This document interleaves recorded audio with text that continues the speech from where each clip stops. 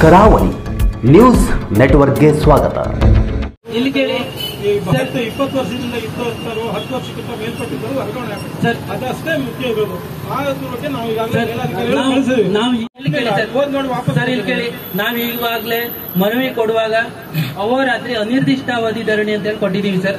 ನಾವು ಒಂದಿನದ ಪ್ರತಿಭಟನೆ ಅಂತ ಕೊಟ್ಟಿಲ್ಲ. ನೀವೇನ್ ಹೇಳ್ತಿದ್ದೀರಿ ಅಂತ ಹೇಳಿದ್ರೆ 10-9 ನೀವೇನ್ ಕೊಟ್ಟಿದ್ದೀರಿ? ಲೆಟರ್ ಕೊಟ್ಟಿದ್ದಾರೆ. ಈ ಒಂದು ಮಾಹಿತಿ ಪತ್ರ ಕೊಟ್ಟಿದ್ದಾರೆ. ಏನು ಈ ತರ ಅನುಮತಿ ನೀಡಿದ್ರು ಅದನ್ನ ಹಿಂಪಡೆದಿದ್ದು ಅದನ್ನು ರದ್ದುಪಡಿಸಲಾಗಿದೆ ಕೊಟ್ಟಿದ್ದಾರೆ. ಆಮೇಲೆ ನಂತರ ಅದರಲ್ಲಿ ಈ ಪ್ರದೇಶವು ತಾಲೂಕಿನ ಕಾನೂನು ಸುವ್ಯವಸ್ಥೆ ಹದಗೆಡುವ ಸಂಭವ ಇರುವುದರಿಂದ ಧರಣಿ ತೆರವುಗೊಳಿಸಲು ಸೂಕ್ತ ಕ್ರಮ ಜರುಗಿಸಲು ಕೋರಿದ್ದು ನಮ್ಗೆ ಕೊಟ್ಟಿದ್ದಾರೆ.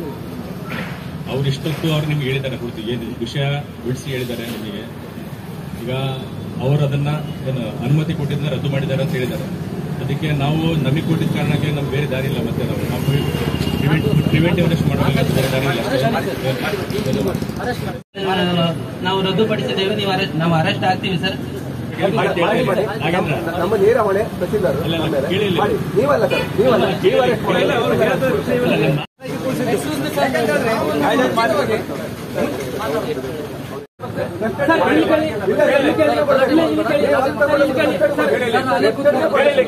ಪ್ರಿವೆಂಟಿವ್ ಅರೆಸ್ಟ್ ಸೆಕ್ಷನ್ 24 ಅದ್ರ ಪ್ರಕಾರ ಮಾಡ್ತೀವಿ ನಾವು ಅಷ್ಟೇ. ಕ್ರಿಮಿನಲ್ ಆಕ್ಟಿವಿಟಿ ಏನಾಯ್ತಾ ನಿಮ್ದು? ಕ್ರಿಮಿನಲ್ ಆಕ್ಟಿವಿಟಿ ಆಗಿದೆಯಾ? ಪ್ರಿವೆಂಟಿವ್ ಅರೆಸ್ಟ್ ಹೇಳೋದು ಅಷ್ಟೇ ಹೇಳೋದು ಪೂರ್ತಿ.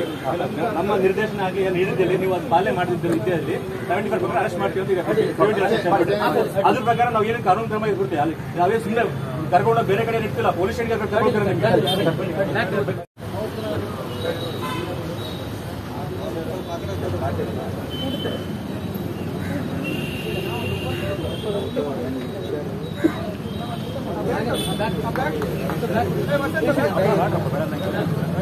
ಏನ್ ಮಾಡಕ್ಕೆ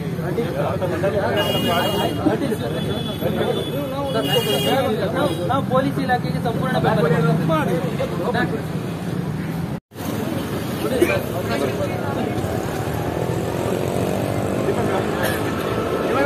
ಸರ್ ಇಲ್ಲೇ ಇದ್ರಿ ಮುಂದೆ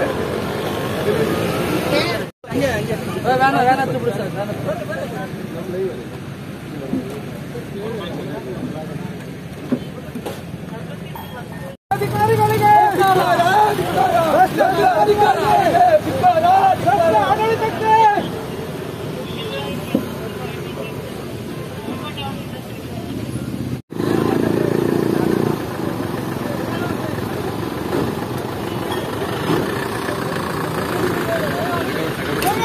ವಿರೋಧಿಗಳಿಗೆ